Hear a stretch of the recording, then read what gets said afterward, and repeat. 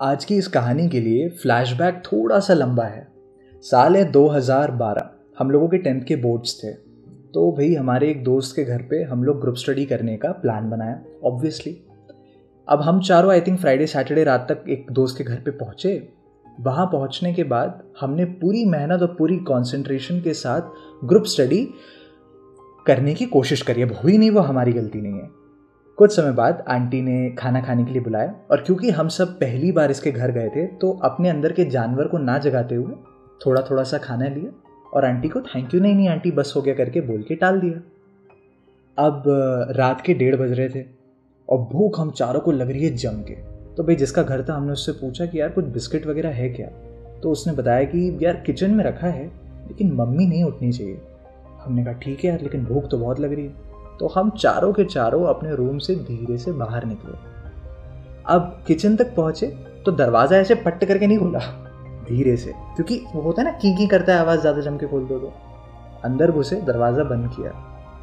अच्छा, light on करने की बारी आई तो हमारे एक दोस्त ने ऐसे 2 उंगली से बड़े प्यार से लाइट ऑन किया। जितनों ने रात में घर में ऐसे खाने की चोरी करी उन्हें पता है कि रात में ऐसे खटखट करके लाइट ऑन नहीं करते, आवाज़ गूंजती है। कुछ समय बाद जैसी लाइट ऑन हुआ तो 2.5-1 सेकंड के अंदर हमारा एक दोस्त पूर्ण लंगूर स्वभाव के साथ प्लेटफॉर्म के ऊपर चढ़ गया और ऊपर से उसने धीरे से उस बिस्किट के डब्बे को नीचे उतारा।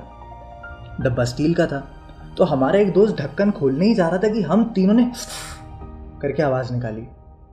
कारण ये था कि भाई जनाब डायरेक्टली ढक्कन खोलने वाले थे। हम लोग एक कपड़ा लेकर आए, उस कपड़े को आसपास बांधा ढक्कन के और फिर खोला। आवाज़ नहीं आनी चाहिए। अंदर रखा था पार्ले जी का फैमिली पैक। ओहो हो, दिल खुश हो गया।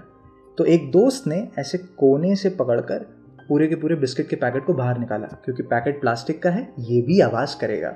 बिस्किट लेकर हम बाहर निकल ही रहे थे कि इतने में मैंने पूछा कि यार दूध वगैरह है क्या। तो मेरे दोस्त ने बताया फ्रिज में रखा है। मैंने कहा ठीक है। फ्रिज के दरवाजे और फ्रिज के बीच में से हाथ रख के धीरे से खोला, इससे आवाज़ कम आती। दूध के बर्तन को निकाला और हम चारों के चारों पहुंच गए रूम के अंदर। पहुंचते ही हमारे चारों में से एक दोस्त, वो नहीं है जिसने ढक्कन खोलने की गलत तरीके से कोशिश करी थी, उसने तुरंत बोला यार ग्लास तो अपन लाए ही नहीं। हमने कहा ग्लास की किसको ज़रूरत है, बर्तन है, बिस्किट है, डुबाएंगे खाएंगे। उसने कहा यार बात तो सही है। हमारे ये बोलते ही उसने तारीफों के पुल बांध दिए। यार तुम लोग कैसे, मतलब यार बिना आवाज़ किए यार, मतलब ऐसे चल के गए और फिर वो अंदर जाके यार तूने वो 2 हाथ से मतलब वो स्विच कैसे ऑन किया यार, आवाज़ कैसे नहीं आई स्विच ऑन करने पे। और भाई तू ऐसे लंगूर की तरह कैसे चढ़ गया भाई उसके ऊपर, मतलब तेरे को, मतलब भाई क्या सही हो यार तुम लोग। हम लोग तीनों एक दूसरे को देख रहे थे, ये क्या बकवास कर रहा है, ये तो हम रोज़ करते हैं। तो हमने पूछा जब तेरे घर में तेरे को बिस्किट लेना होता है रात में तो तू क्या करता है। तब उसने बताया कि भाई हमारे यहाँ तो डाइनिंग हॉल में एक ऐसा कॉमन शेल्फ है जिसके अंदर एक जार रखा रहता है, उसके अंदर बिस्किट और कुकीज़ होते हैं। उसके मुंह से कुकीज़ निकलती हमको याद आया कि अरे जनाब तो अमीर हैं।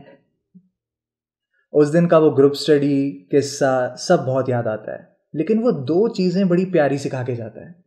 पहला, वो दोस्त जिसने कभी डार्क फैंटेसी और ओरियो के नीचे कोई बिस्किट नहीं खाया था, जिसको लगता था कि पार्ले जी तो कुत्तों को खिलाया जाता है, वो हम लोगों से दुगने पार्ले जी बर्तन में से डुबा डुबा के खा रहा था।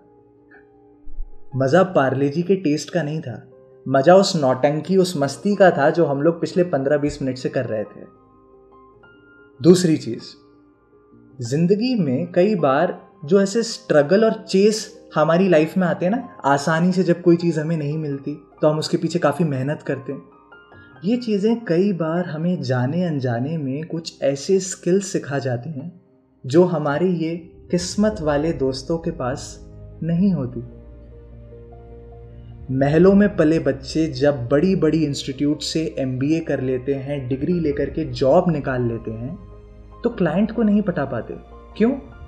क्योंकि बरखुदार क्लाइंट को पटाना MBA की किताबों में नहीं, बल्कि बाजार में जाकर दुकान वाले भैया के साथ बड़े पहले प्यार से मक्खन मार मार के फिर उन्हें ये बता के कि आप उनके रेगुलर कस्टमर हो, उसके बाद उनको हंसते हंसते ये कन्विंस करना कि उनका रेट गलत है और हमारा सही, इसको रिपीट करने से आती है। जिंदगी में अपनी किस्मत को कोसना बंद करके अपने हालातों को एक बार गले लगा कर देखो। चाहे इस दुनिया में कुछ भी हो जाए, कोई तुम्हें नहीं तोड़ पाता, तुम्हें डिप्रेशन और एंजाइटी आके खरोच भी नहीं मार पाती। तुम्हारा दिल इतना मजबूत सिर्फ और सिर्फ उन बुरे हालातों के कारण ही हुआ है।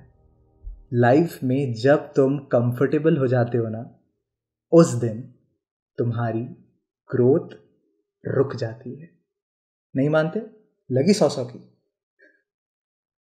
मेरी अपनी फ़िलॉसफ़ी का अगर ये 7th एपिसोड आपको पसंद आया तो लाइक शेयर का इतना लोड नहीं है, लेकिन कमेंट्स और डीएम में आकर अपनी लाइफ के उस स्ट्रगल के बारे में ज़रूर बताना जिसने तुम्हें कुछ ऐसा सिखा दिया जो तुम्हारे दोस्तों से तुमको एक अपर हैंड देता है।